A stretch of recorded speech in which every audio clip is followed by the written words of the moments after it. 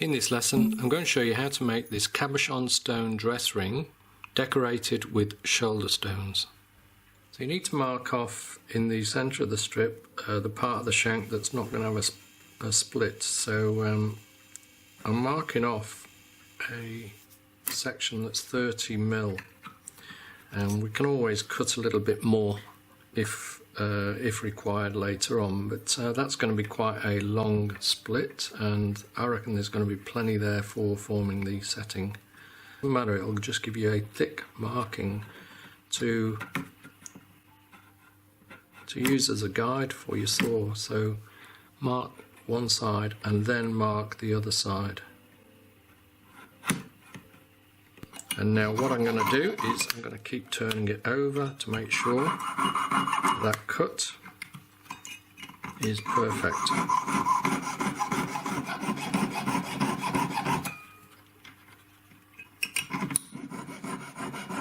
I encourage you to just go back into training, go to the apprentice course in the silver level, and just do some of the exercises. That's a really good one for learning good cutting skills. There's some great tips and tricks to help you. It should go pretty much all the way to the end. We could do this later once we've opened it out, but it's actually easier to clean it up now. And what we want to do is get it to coil around so it wraps around itself.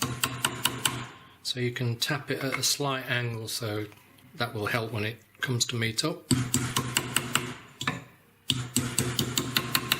Just check on your ring stick that you got the right size. Now you can see mine's tailed off that way, it doesn't matter. What we're going to do is we're going to join the two middle pieces of wire, there and there, and we need to find where to cut them. So get the ring to the right size, and then just note where the ends are, there and there. You can see we're going to have plenty of wire to form the shoulders later. So right in the middle of this area here, just mark across the middle two pieces of wire.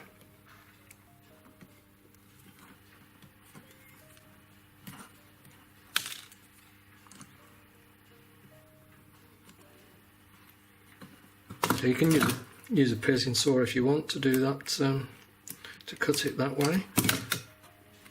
So now, just check the size. I want to make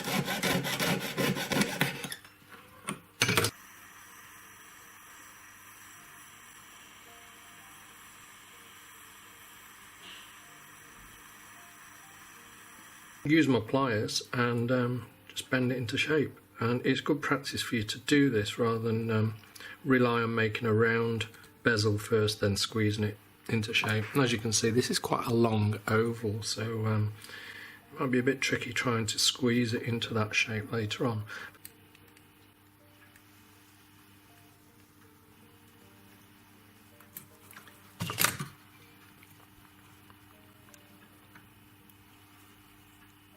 Will go.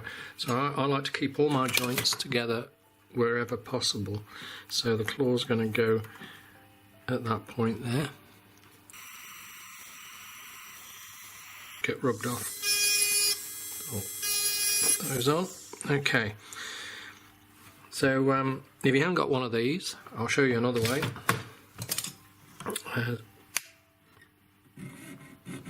With your saw blade. Cut in around about a third of the way, and then use a 3 square needle file and then hold it crossways like that, and just mark where, when I say mark, you can just mark it by holding your fingers or your finger and thumb at the point of where it's lined up with the opposite groove, and then put your pliers there and bend it. I'm not going to bend it fully just yet. See if I need to make an alteration. Holds itself in position. If it doesn't hold itself, it just makes life a bit difficult for soldering. So the way to tighten it up is just offset your pliers at the end there so that it grabs the very corner, then squeeze it, and then you can see that what will be the claw kicks out, and then you can just bend it into a 90-degree angle. And keep doing that until it fits nice and tight. Which I think this one should be about right now. So I can pick it up by holding it like that, so I know that it works alright. Now at the cross point I want to solder that as well. And that's for when we do the fixing of the setting to the ring later. I just want to make sure everything stays in place.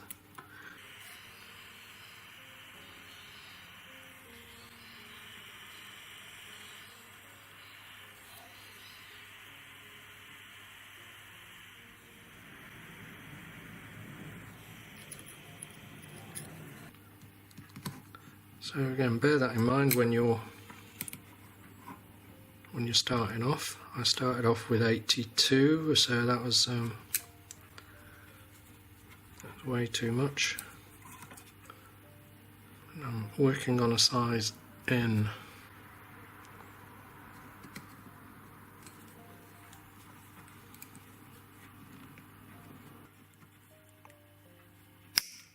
It's just going to get in the way, and the bend needs to be much further down.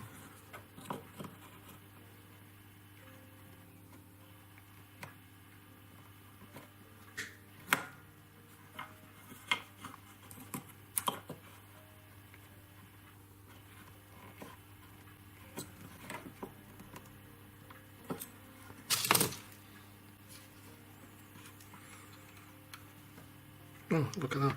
That's pretty much it. Just need to tuck this in more, and that'll bring that out, so so that I can get my barrette needle file in there and just file a flat spot so I get a good joint on it.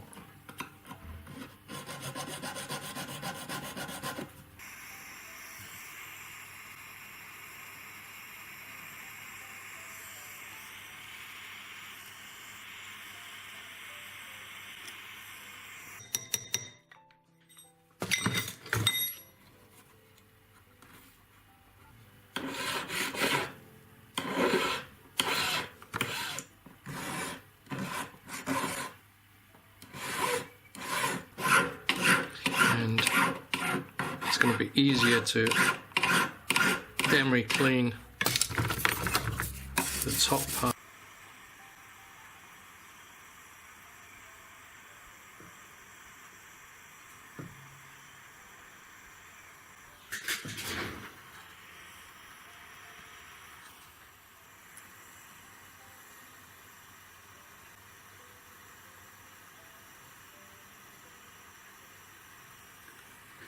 With a little bit of room, and then make your 3 claw settings. So don't do it the other way around. Make the settings and try and make this ring fit it. My stone's 3 mil, and I made the settings. So have a look at the video that's in the curriculum. And what I need to do is, I'm not going to file anything off this ring to get it in. I'm going to trim the claws because they're protruding, and once I trim them to the right size, the settings will slot in there and hold in place whilst I solder them.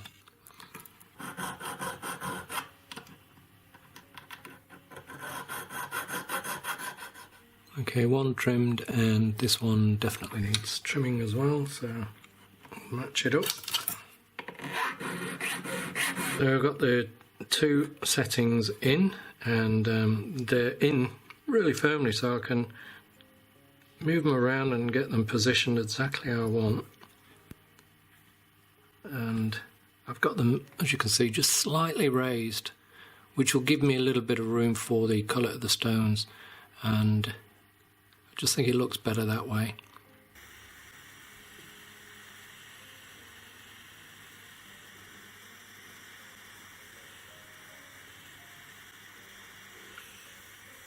Okay, I'll pickle that and I'll tumble it again.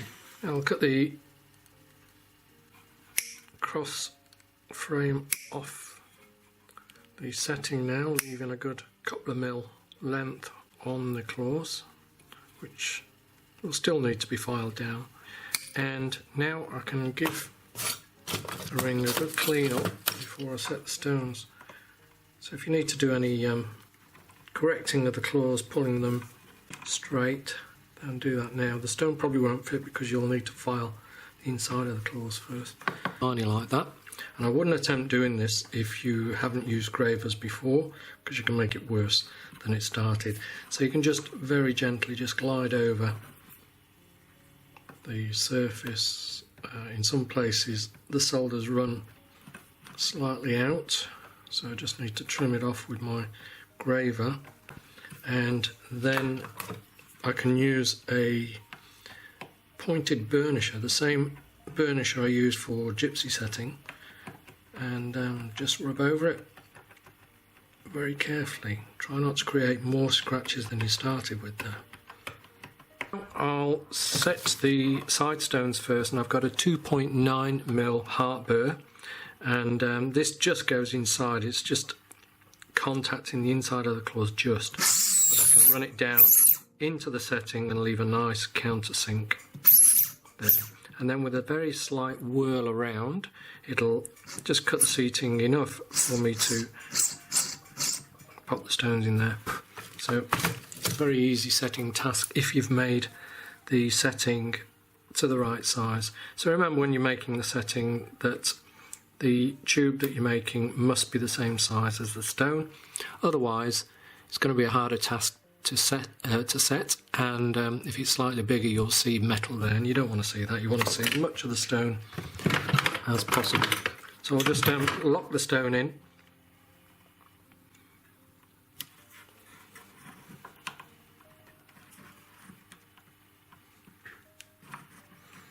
Just so it doesn't come out whilst I do the other side.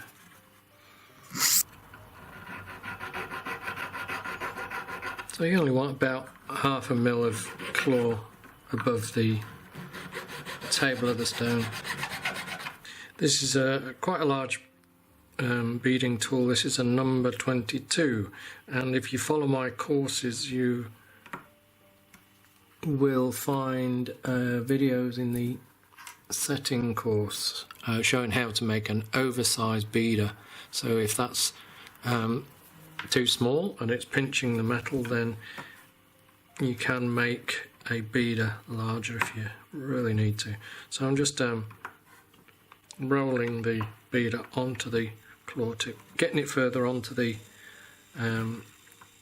stone with a safety edge such as a knife edge file, so that you're not filing away at the bezel. So I'm just filing around about 1/3 of the thickness off each claw, and we'll see if the stone fits then. Careful you don't contact the claws that you...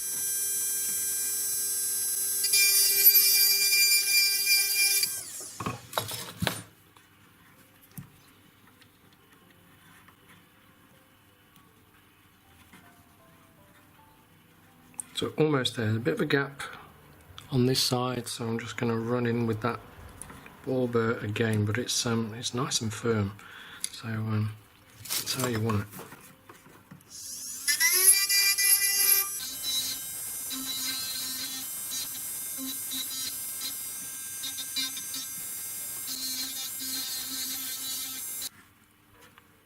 Okay, that's in, and with a push from my brass pusher I'll be able to lock it in. So push opposites so that you keep the stone centered on the bezel and it doesn't shift at all. And like I say, if you prepared the claws properly, you'll barely need to do anything more than what you've just done. So it just needs a very light tidy up. And you can just use the large beader just to roll around the top.